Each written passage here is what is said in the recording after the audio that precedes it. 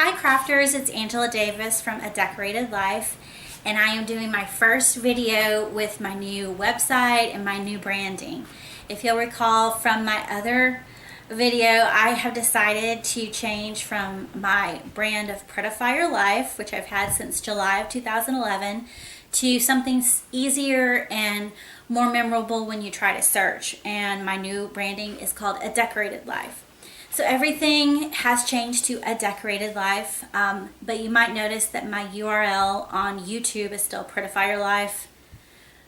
I've tried, y'all. I can't figure out the Google and YouTube and all. I think they think they're making it easier, but they're really not. So I can't figure out how to change my URL. So my URL, my web address still says Prettify Your Life on my YouTube channel, but everything else is A Decorated Life. So we're going to start with a very easy video to kick off the fall season. I was recently at a cool store in Plano, Texas called Holiday Warehouse with my mom. And they had some really pretty pumpkins, very blingy, it was a fabric pumpkin with a lot of bling. And I thought, oh, those are awesome.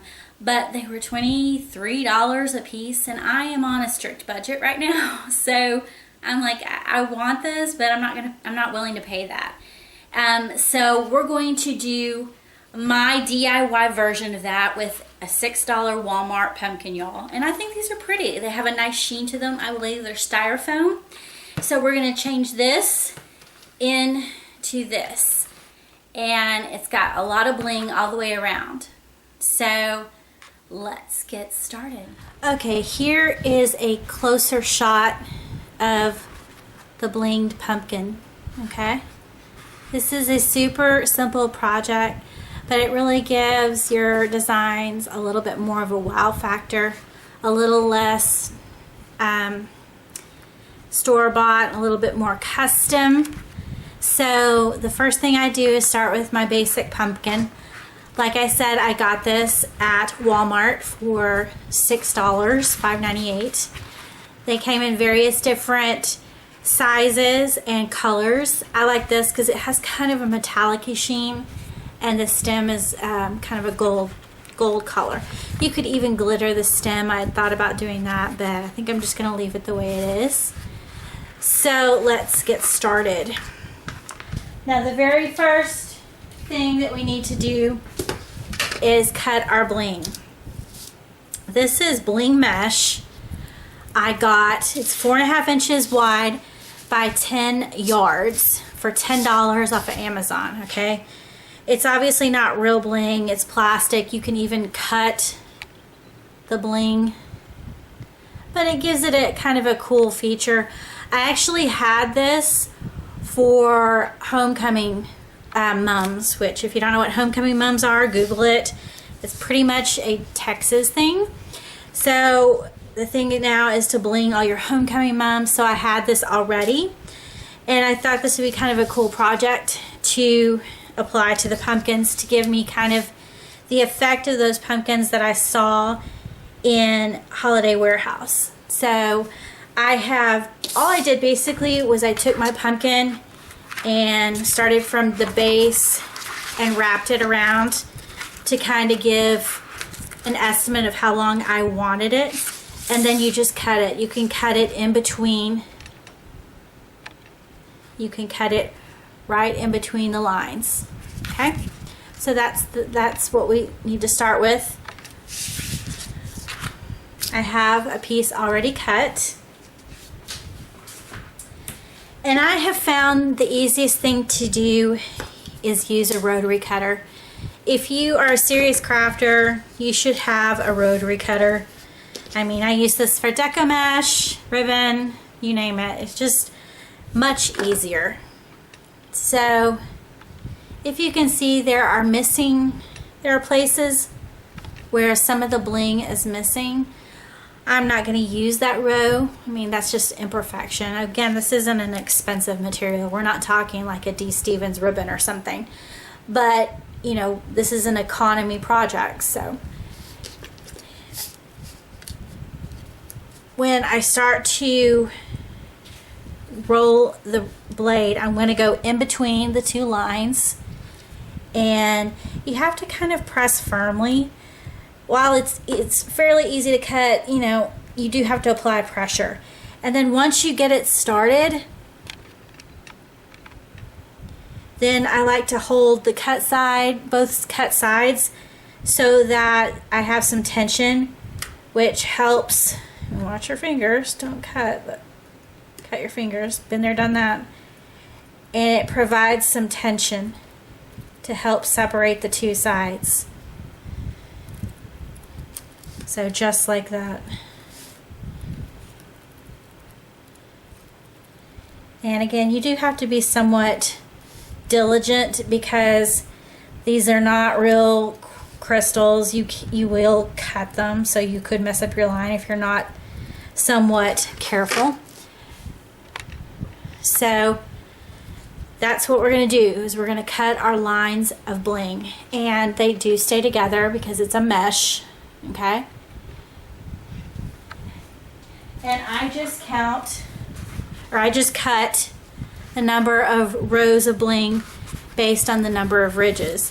So for this pumpkin, I believe it's, let's see, it's 1, 2, 3, 4, 5, 6, 7, 8, 10, 11, yeah, 12. There are 12 little ridges, so I'm going to cut out 12 little pieces of bling, and then we'll go to the next step. Okay, now for this next step, we have a few supplies.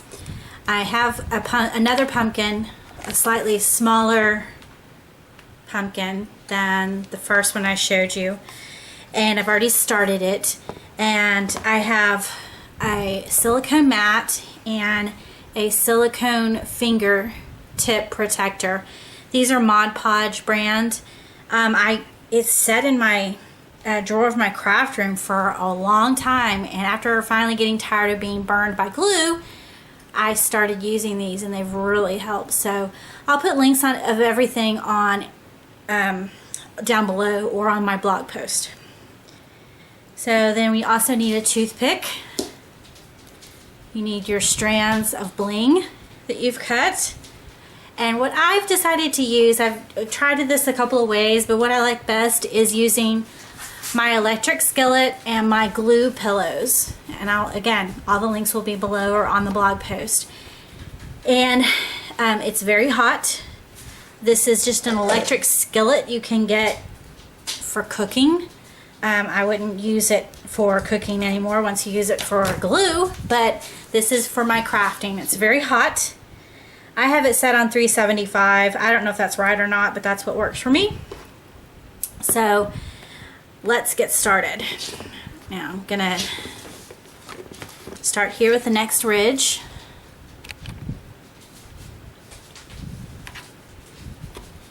I have put my finger guard on my middle finger, and I've flipped over the bling to the back. I'm gonna take my toothpick and I'm gonna dip it in the hot glue, get a little bit on there, and dab it.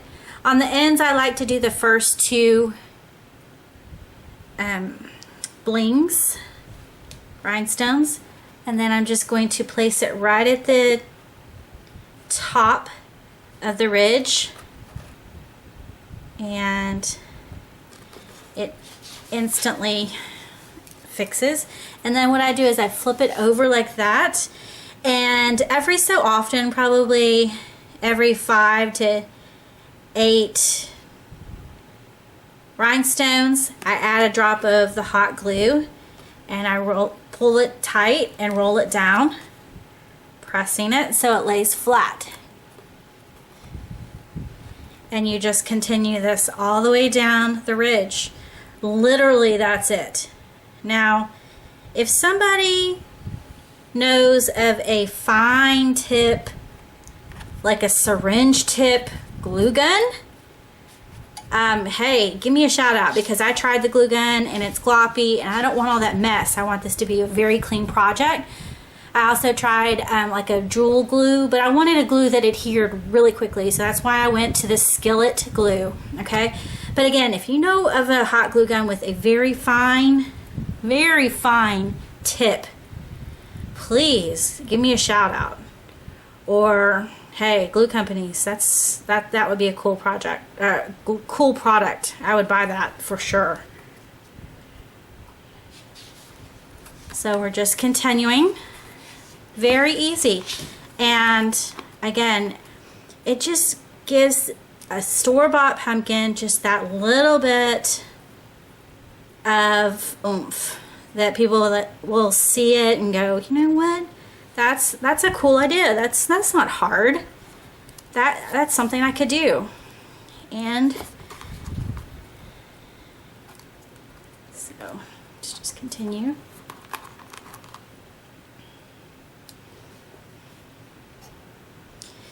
And occasionally I do switch over and get a fresh toothpick. You can use a glue gun if you feel, you know, like you can do it accurately without leaving a mess, but I don't like all the strings and I like to have more control. So I opted for this. It's a bit tedious, but that's okay. It's all in the details, right, crafters? Okay, so now that is glued all the way down, I have a little bit of excess, which is always better, and I'm going to snip the excess. And there you have it. So I'm going to leave the center open because I may put a floral pick in there because I feel like I'm going to use these in a mantle garland, mantle display rather. So let me finish these pumpkins and I'll show you the finished product.